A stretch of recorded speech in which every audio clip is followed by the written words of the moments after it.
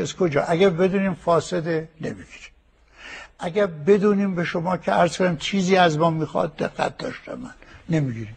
اما اگه یک کسی آورد یا آدم متدین آوردش من نمیخوام از دیگران گفتن این میخواد کمکی بکنه الان نمیگه بیارن یک کسی ببینیم هم چیزی از ما میخواد هم ما سری نداره ازش بگیریم. اما اگه ببینیم بوی چیزی این نکته اول که ایشون میفرمایند. نکته دوم راجع به مسائل مالی خودشون که میفرمایند. یکی از نکاتی که در رابطه با ایشون مطرحه الان مدرکش هم هست ایران هفته دیگه یه هفته انتخابات بگذاره برملا میکنیم 700 میلیون دلار از پول دولت میخواسته به یه آقای بده رهبری جلوش گرفته. اصلا یکی از اختلافاتش با بانک مرکزی این بوده که حواله میداده نمیداده دعواشون با هم میشده میرفتن اونجا میگفته نه من نمیدم من که نمیتونم بدم فردا گریبانو میگیرم میگفته اجازه دارم میگفته خواهی اجازه رهبری رو بده تا همون استنجاق کنیم تا به یه 700 دلارش برای اینکه کشورمون مشکل نشه 700 میلیون دلار به یکی از آقای رؤسای جمهور می‌خواسته بده رهبری هم فرموده ندید. حالا برای 300 دلار که مردم 300 دلار از خودش داده به من پس من اینا رو خدمتتون عرض میکنم که بدونید چه پولایی شده. ایادی ایشون نزدیکان ایشون کیای رو زندان نیستن قضایای آقای علی آبادی و اطرافیاشون اینا چیه و داستان کابده شما ما رو مجبور کردید که یه حرفا رو بزنید. شما میخوام از نزدیکان شما الان میگن افراد زندانن بعضیشون اصلا با زور آزاد کردن. وقتتون تمام اگه صحبت پایانی رو خب به هر جهت پس هم که وقت من تموم شد شما بفرمایید یک کلمه همین این مقایسه‌ای که شما دادید خب شما میگید درست نیست. خب چه کار کنیم؟ هرچی ما بگیم شما هم حرف خودت اول میزنی میگه یه با من چیکار کنم. اما شما درآمد نفتت انصافا باز اینا میگن کل درآمد دولت سازندگی و دولت توسعه سیاسی اندازه 3 سال نیم شما بوده. میگن یکیه. این همه بالاخره نفت 100 دلاری فکرشو میکردیم نفت 80 دلار اینا کجاست چیه این پیشرفتایی که شما میگی همینطور آقای احمد نژاد به خدا من خرم آباد بود متشکرم همه طرحات مونده. وقت تمام اجازه بدید آقای ایشون هم هر چیزی زیادتر صحبت کنه. خب باز ما قانع نشدیم بالاخره آقای شهرام جزاری چجور بود مسئله مسکن شما چجوری یه دفعه مسکن 100 متری تبدیل شد به چند صد متری اونم در بهترین نقطه تهران. خب بالاخره من پرسیدم اگه اجازه بده توضیح بده چه دقیقه وقت داشتید خواهش می‌کنم جناب آقای کروبی بالاخره معلوم اعلام اول آخه باید بریم یه کاری کنیم ببینیم حرفی که میزنیم راسته یا نه. والا من میگم پرونده بله آقای اردبیل شما میگی نیست مسئله ما تنظیم وقت ما به هم میخوره اگه اجازه بفرمایید آقای احمدی اول باید بریم بعد از هفته آینده ان شاء الله جناب آقای ببینید من از شما میخوام اگر بنده خواستم 700 میلیون دلار به کسی بدم بانک مرکزی گفته باید اجازه رهبری بیار ممنوع فردا بزنید تو روزنامه‌تون چرا هفته دیگه این چه حرفی است؟ شما به همسر من که هیچ نقشی نداشته تهمت زدید تو روزنامه شما. ببخشید شما خبر نداری از این مجموعه؟ بسیار خوب. من میگم آخه رئیس جمهوری که یا کسی که میخواد رئیس جمهور بشه از این مجموعه روزنامه‌ای که صاحب امتیازش خودشه خبر نداره. اون وقت ما کشور اداره کنه که من عذر میخوام از شما. من به شما احترام میذارم به لباستون، به ریش سفیدتون، به سوابقتون. شما خبر نداری عکس همسر منو انداختن بدون اینکه شون نقشی دارین و توهین کردن به همسر من. اجازه بدید شما برید مراجعه کنید اجازه بدید دنبال بکنید. تو مقابل یه مرد شریف نجیبی زنش در میاری عکسش اینجوری میکنی انتظار داری همه چی به همه بگی هیچ کی به تو نگه. صحبت پایانی با آقای احمدی نژاد است. بفرمایید. بالاخره شما میخواید بگید من نه میخواد وقت منم شما استفاده کنید. نه من خواهش میکنم وقت بدید شما وقت منم شما استفاده کردید. خب بسیار خوب دیگه انتخابات میشه در گفتگو 2 هفته 3 هفته پیش تشریف ببرید بخونید گزارش بگیرید. حالا حضرت بگید چی بوده خواهش من بی اطلاع بسیار خوب دیگه حالا من وقت خودم میخوام خودم استفاده بکنم. پس منزل رو توضیح ندادن ایشون شهرام جزاری توضیح ندادن زندان رو توضیح ندادن و اعلام هم نکردن آیا حاضرن اموال اطرافیانشون رو اعلام کنن الان که همه در جریان باشن رئیس ستادشون دوستانشون همه اینا که تو ستادشون کار میکنن و اینکه 20 میلیارد تومان فقط خواستن بدن به مخابرات در انتخابات برای SMS 20 میلیارد تومان ستاد ایشون رفته مخابرات گفته ما SMS عمومی نداریم 20 میلیارد تومان.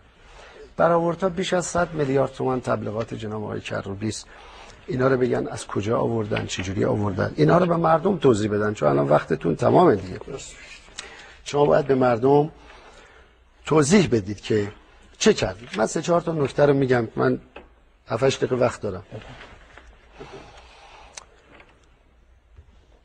این دولت در خدمت مردمه با کارشناسی.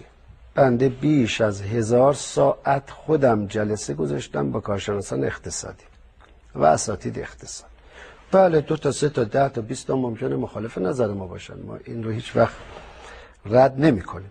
اما من با جلسات 50 نفره، 30 نفره، 20 نفره، 10 نفره طولانی 5 ساعت. رئیس جمهور باید خودش کارشناس ارشد باشه. حضرت آقای کروبی این که هرچی میپرسه میگن کارشناسا نظر بدن، کارشناسا نظر بدن. خود کارشناسا بشن رئیس جمهور، نه اینکه یک کس دیگه بیاد بشه رئیس جمهور کارشناسا اداره بکنن. چون باید بتونه، اونم این وضعیت کارشناسی در کشور ما همه جای دنیا نظرات شخصی تو کارشناسی اثر داره. کارشناسی و اگه منزل نیست، یه چیز مطلق نیست. این واژه کارشناسی رو انداختن وسط، هی باش بازی میکنه. اما شما در فیلمتون امشب دوباره به دانشجویان ستاره دار اشاره کردی. من آمارش رو دارم. این در دوره آقای معین که متاسفانه اطلاعیه هم داده، این آمار سال به سال از سال 78 چند نفر ستاره دار بودن، سال 82 بیشترینش 2584، آخرین سال در این دولت 85 224 نفر که ما لغوش کردیم. تمام لغو کردیم. بعد شما 4 تا آدم میارید میگن ما ستاره داریم. ستاره رو توی وقتی لیست قبولی ها رو منتشر میکنن کنارش مینویسن، ستاره تو پیشونی کسی نمیزنن. این از بحث گشت ارشاد رو شما مطرح کردید که خب من دیشب توضیح دادم. اهل سنت و اقوام رو مطرح کردید که من توضیح دادم. رفتار دولت معلومه. من میخوام 2-3 جمله راجع به آینده صحبت کنم. خطاب به ملت عزیزمون. بالاخره شما این دولت رو برگزیدید. این دولت هم با همه توان در خدمت شما بود. من اعلام کردم، الانم اعلام میکنم، آقای کروبی دوستانشون هر مورد تخلف مالی از این دولت، از بنده، وزرای من، از فرزندان من، از همسر من دارن تو روزنامه ها منتشر کنن، به شرط اینکه پاشم وایسن، همینطوری کلی حرف نزنن. ما به سمت آینده حرکت میکنیم. به فضل الهی در آینده این تورم کاهش پیدا خواهد کرد و به یک رقمی خواهد رسید. اینو تمام تحلیل‌های اقتصادی میگه، در حالی که ما رشد اقتصادیمون رو حفظ کردیم، سازندگیمون رو حفظ کردیم. در موضوع اشتغال در آینده 3 تا برنامه اساسی داریم: بنگاه‌های کوچیک، بنگاه‌های بزرگ و زمینه‌سازی‌های سرمایه‌گذاری. 7 طرح بزرگ اصلاح ساختار اقتصاد رو آماده کردیم. بخشش در مجلس، بخشش داره میاد. همه زیرساخت‌های لازم برای اجرای اصل 44 رو ما فراهم کردیم. نهادهای لازم 14 نهاد در یک مدت کوتاه تشکیل شد. 42 آیین‌نامه نوشته شد.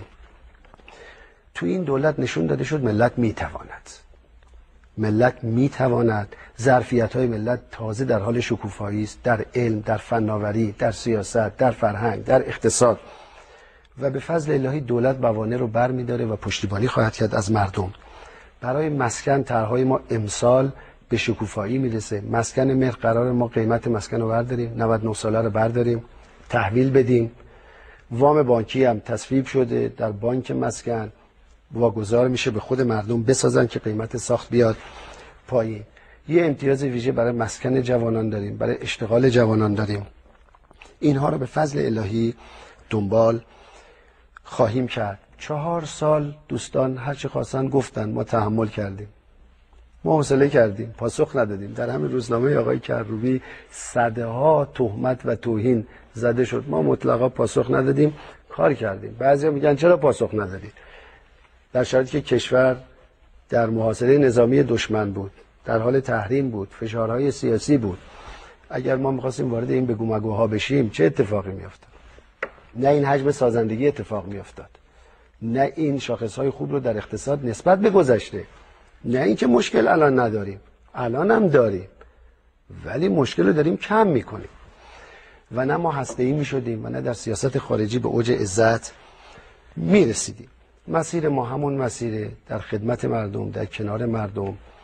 شعار ما سلامت، پاکترین دولت این دولت، خادمترین دولت این دولت، در کنار مردمه. یک مورد اگر تخلف داشتن فلک رو کر میکردن، این خوشبختانه وجود نداره.